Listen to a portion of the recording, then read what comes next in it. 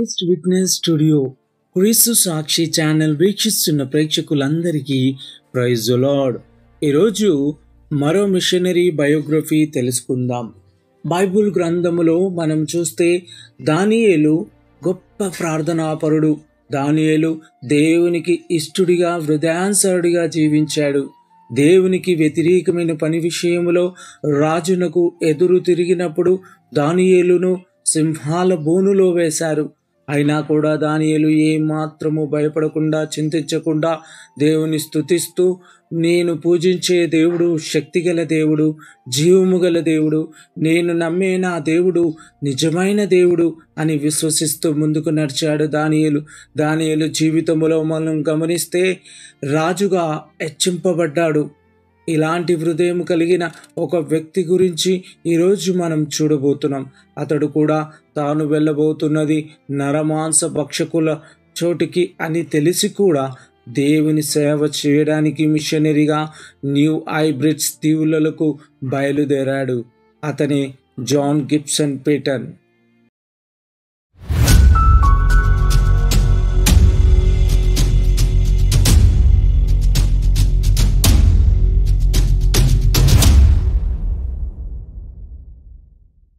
John Gibson Paton స్కాట్లాండ్లోని ఒక భక్తి కలిగిన కుటుంబములో 1824వ సంవత్సరంలో జన్మించాడు. ఇతని తండ్రి ఒక చిన్న వ్యాపారస్తుడు. ఇతని తండ్రి పవిత్రమైన జీవితాన్ని జీవిస్తూ ప్రార్థనలో ఎక్కువ సమయం గడిపేవాడు. తన తండ్రి పవిత్ర జీవితాన్ని చూసిన పేటన్ చిన్న వయసులోనే క్రీస్తుని తన సొంత రక్షకునిగా అంగీకరించాడు.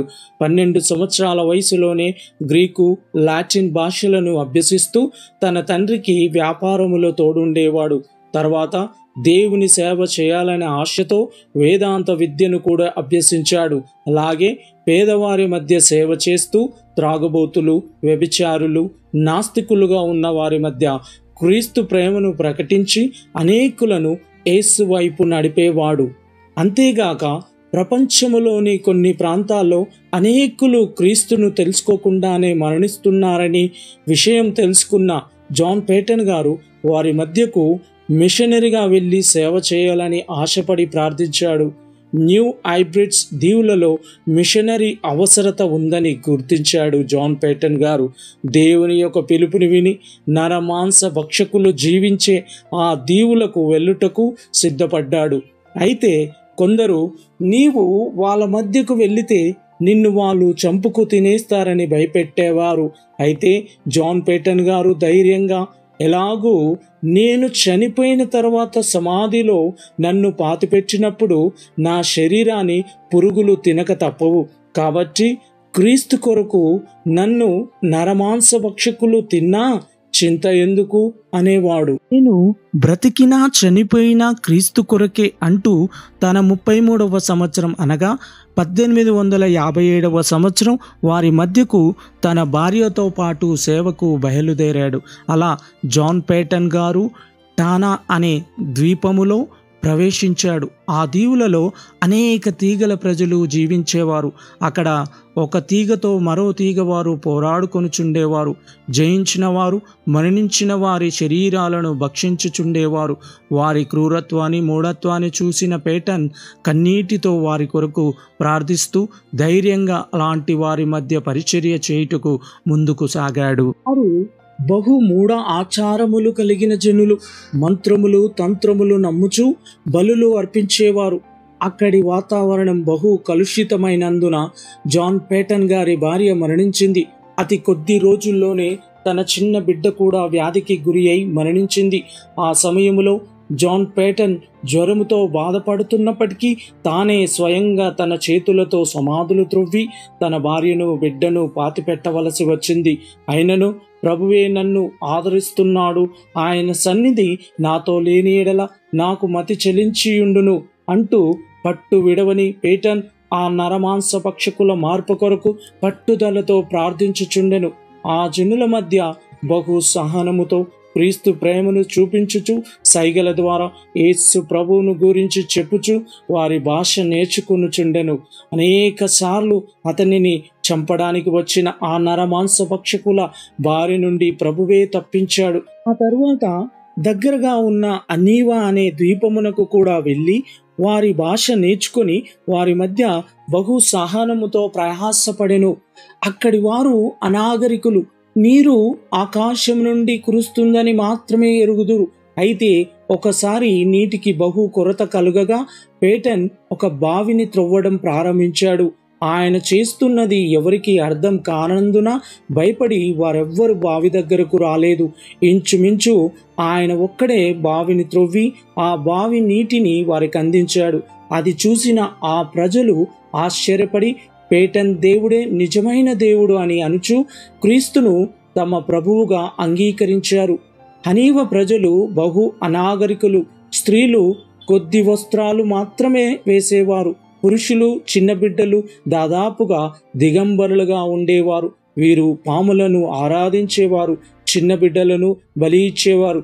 అయితే జాన్ పేటన్ ప్రయాస ప్రార్థనల వలన వీరు ఆ కార్యముల నుండి విడిచి రక్షింపబడ్డారు.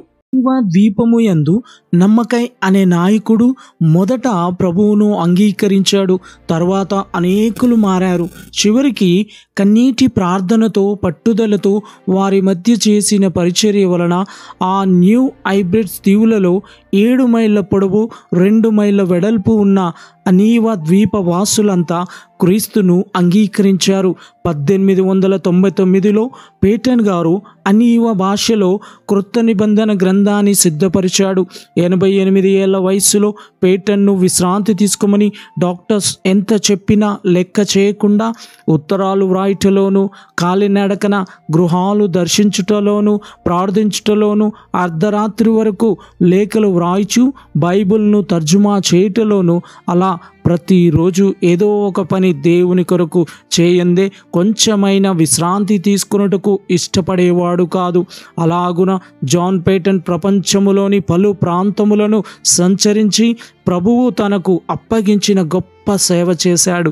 చివరిగా తన 83వ ఏట అనగా 1907 జనవరి 28న ప్రభువు సన్నిధికి చేరాడు. అక్కడ ఉన్న వారందరూ అతడు మరణించుచుండగా ఆయన ముఖముపై పరలోకపు వెలుగును చూచి పరిశుద్ధ స్థలములో నిలిచి ఉన్న అనుభవమును పొందారు. ఆమేన్. ఇది జాన్ పేటన్ గారి జీవిత చరిత్ర. మనము విన్నటువంటి ఈ మిషనరీ బయోగ్రఫీలో మనం గమనించాల్సిన విషయం ఏంటంటే, ఒక క్రైస్తవుడు దేనికి కూడా భయపడకుండా ముందుకు ఎలా వెళ్ళాడనే విషయం జాన్ పేటన్ గారికి ముందే తెలుసు. వారు నరమాంస భక్షకులు అని. కానీ తనకి ఒకే ఒక విశ్వాసం, నేను వెళుతున్నది దేవుని సేవకై, ఏది జరిగినా ఆయనే చూసుకుంటాడని. అలా అని ఏమీ ఎదురు కాలేదు అని కాదు. ఎన్నో కష్టాలు, ఎన్నో ఇబ్బందులు వచ్చాయి. అతన్ని చంపడానికి కూడా చూశారు.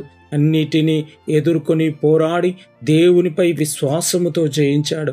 అలాగే మన జీవితంలో కూడా దేవుని సేవ కొరకు ఏ నిర్ణయం తీసుకున్నా ఆయన మీదే భారం మోపి ముందుకు సాగాలి. బైబిల్ వాక్యం సెలవిస్తుంది, కీర్తనలు 55:22 నీ భారమును యెహోవా మీద మోపుము, ఆయనే నిన్ను ఆదుకుంటాడు అని. ఎలాంటి భారాన్నైనా ఎలాంటి కష్టాన్నైనా మనము దేవునిపై మోపాలి. మన జీవితాన్ని దేవునికి అప్పగించినట్లయితే దేవుడే మనల్ని ముందుకు నడిపిస్తాడు. ఆమేన్. దేవుడు మనందరినీ దీవించునుగాక. ఆమేన్.